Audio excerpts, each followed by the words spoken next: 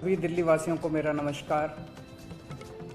पिछले 1 साल से जब से कोरोना शुरू हुआ है, मैं समय समय पे आपके बीच में आके सभी तथ्यों को, परिस्थितियों को ईमानदारी के साथ आपके सामने रखता रहा हूँ, आपसे चर्चा करता रहा हूँ। एक चीज़ हम लोगों ने हमेशा गांठ बांध के रखी, आपको कभी गलत तथ्य नहीं दिए, आपसे कभी झूठ नहीं बोला, जो था आपके सामने रख दिया। अगर स्थिति अच्छी थी तो भी आपको बताया, स्थिति खराब थी तो भी आपको हमने ईमानदारी से बताया, क्योंकि हम पहले दिन से समझ गए थे कि ये इतनी बड़ी आपदा है कि आपके साथ के बिना, जनता के साथ के बिना अकेले इस आपदा से सरकार सामना नहीं कर सकती। जनता का सहयोग और जनता की सहभागिता इस पूरे संघर्ष में बेहद ज़रूरी है। और जब तक जनता को सच नहीं बताया जाएगा, सारे तथ्य जनता के सामने नहीं रखे जाएंगे, तब तक जनता की भागीदारी सुनिश्चित करना असंभव था।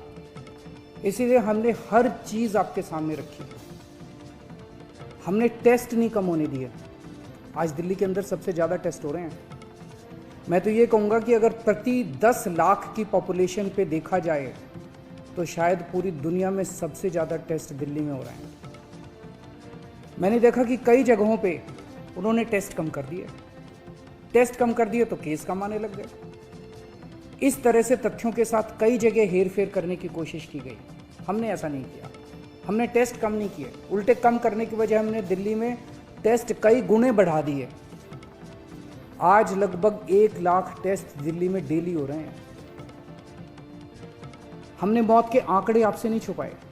जितनी मौतें होती थी हमने सब आपके सामने रखी, ईमानदारी से रखी। अगर ज़्यादा हो रही थी तो ज़्यादा बताई, कम हो रही थी तो कम बताई। कितने बेड्स हैं, कितने आईसीयू बेड्स हैं, क्या परिस्थितियां हैं, हर चीज़ आपके सामने ईमानदारी के साथ रखी।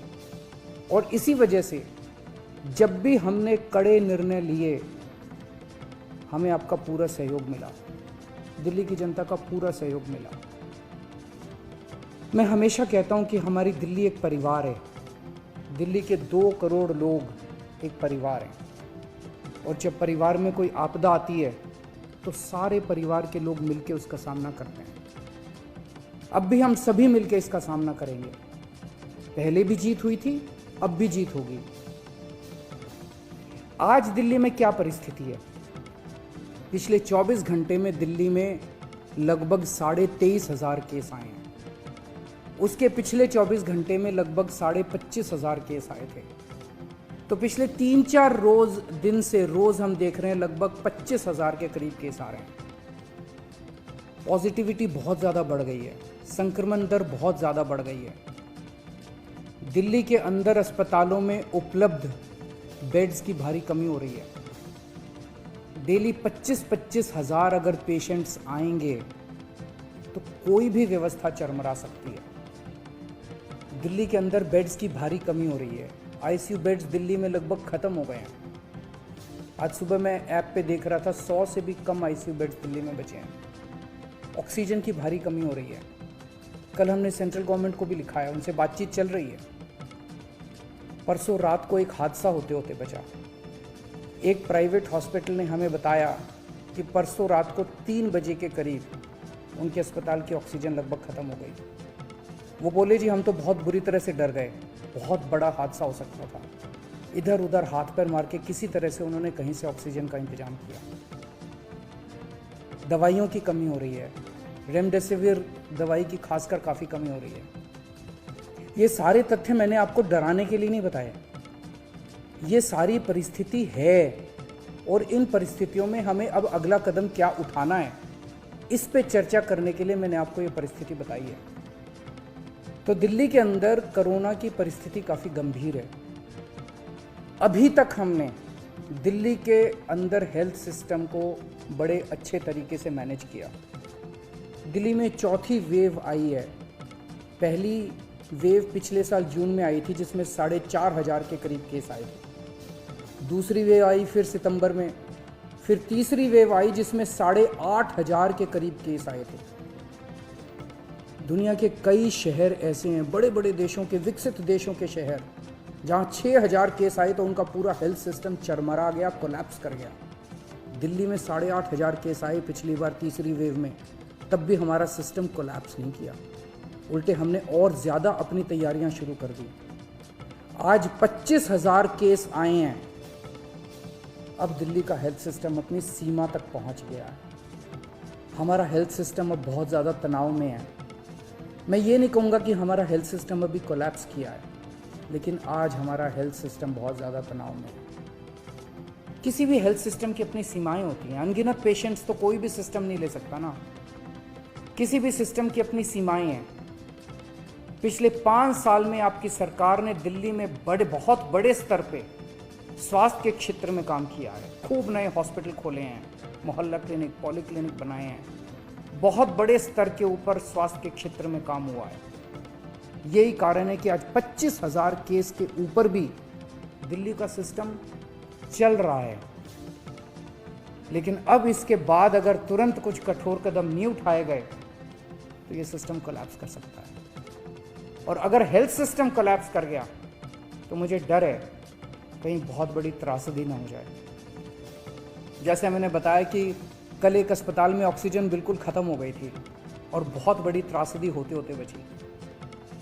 मैंने वीडियोस देखे हैं, तस्वीरें देखी हैं, आपने भी देखी होंगी सोशल मीडिया पे। दुनिया के कई शहर ऐसे हैं जहां कॉरिडोर में पेशेंट्स पड़े हुए हैं, सड़कों के ऊपर लोग दम तोड़ रहे हैं। अभी तक हमने दिल्ली को उस किस्म की त्रासदी से बचाया है, वैसा नहीं होने दिया। आज सुबह 11 बजे मेरी और एलजी साहब की मीटिंग हुई और इन सारे पहलुओं के ऊपर, सारी परिस्थिति के ऊपर काफ़ी विस्तार से बातचीत हुई। और उस बातचीत के बाद हमें ये लगा कि दिल्ली का हेल्थ सिस्टम बड़ी मात्रा में और अधिक पेशेंट्स अब लेने में असमर्थ है। अगर हमने अभी लॉकडाउन नहीं लगाया तो कहीं ऐसा ना हो कि बड़ी त्रासदी हो जाए। हम किसी भी हालत में दिल्ली को उस परिस्थिति में नहीं ले जाना चाहते जहां कॉरिडोर के अंदर पेशेंट्स पड़े हैं, सड़कों पे लोग दम तोड़ रहे हैं।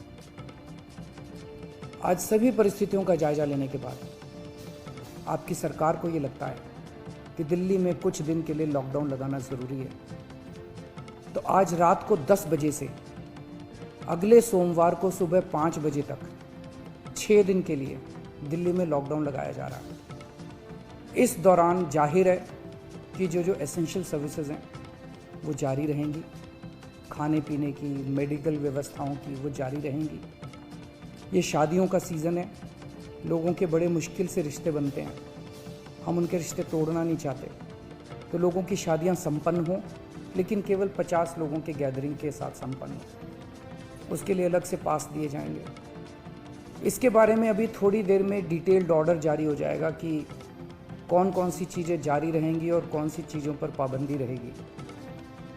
मैंने और एलजी साहब के हम दोनों ने निर्णय तब लिया है जब हमारे पास कोई उपाय नहीं बचा था। हमारे लिए निर्णय लेना आसान नहीं था, क्योंकि मैं समझ सकता हूं कि लॉकडाउन के दौरान किस तरह से लोगों के रोज़गार ख़त्म हो जाते हैं, लोगों की कमाई ख़त्म हो जाती है, और ख़ासकर सबसे गरीब तबके के लिए तो ये बेहद मुश्किल होता है। जो दिहाड़ी करके रोज़ कमाते हैं उनके लिए तो बेहद मुश्किल हो जाता है। पिछली बार जब देश में लॉकडाउन लगा था, हमने देखा कि किस तरह बड़ी संख्या में प्रवासी मजदूर अपने गांव जाने लगे थे। उनसे मैं ख़ास तौर से हाथ जोड़ के अपील करना चाहता हूँ, ये छोटा सा लॉकडाउन है, 6 दिन का, दिल्ली छोड़ के मत जाइएगा। आपके आने जाने में इतना समय ख़राब हो जाएगा, इतना पैसा ख़राब हो जाएगा, इतनी ऊर्जा ख़राब होती है। दिल्ली में रहिए। मुझे उम्मीद है कि ये छोटा लॉकडाउन है और छोटा ही रहेगा। मुझे पूरी उम्मीद है कि शायद बढ़ाने की ज़रूरत ना पड़े। आप दिल्ली में रहिए। यकीन मानिए, हम पूरी ईमानदारी के साथ सब मिल के लड़ेंगे तो जल्दी इस मुसीबत से छुटकारा पाएंगे। मैं आपको यकीन दिलाता हूँ, सरकार आपका पूरा ख्याल रखेगी। मैं हूँ ना, मुझ पे भरोसा रखिए। मेरी दिल्ली के सभी नागरिकों से अपील है कि ये निर्णय हमने बहुत मुश्किल से लिया है। आप सब लोग जानते हैं कि मैं लॉकडाउन के सख्त खिलाफ रहा हूँ। हमेशा से मैंने लॉकडाउन का विरोध किया है। मेरा ये मानना है कि लॉकडाउन से कोरोना ख़त्म नहीं होता, लॉकडाउन से कोरोना की स्पीड कम हो जाती है। मेरा हमेशा ये मानना है कि अगर किसी भी शहर या राज्य की स्वास्थ्य व्यवस्था अपनी सीमा तक पहुंच जाए तो लॉकडाउन लगाना जरूरी हो जाता है, ताकि पेशेंट्स का नंबर कम हो जाए, ताकि हेल्थ सिस्टम को और दुरुस्त किया जा सके। ये जो 6 दिन का लॉकडाउन हम लगा रहे हैं, ये जो 6 दिन हम ले रहे हैं आपसे, इन 6 दिनों के अंदर हम बहुत बड़े स्तर के ऊपर और दिल्ली में बेड्स की व्यवस्था करेंगे।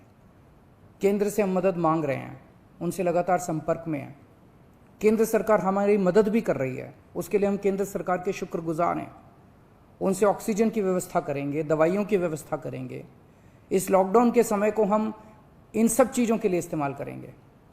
मेरी अब सब लोगों से गुजारिश है कि लॉकडाउन का पूरी तरह से पालन करें, घर से बाहर इस दौरान ना निकलें। पहले भी हमने कई कठिन निर्णय लिए और आपने मेरा पूरा साथ दिया। मुझे पूरी उम्मीद है आज भी आप मेरा साथ देंगे। हम मिलके इसका मुकाबला करेंगे और ज़रूर जीतेंगे। नमस्कार।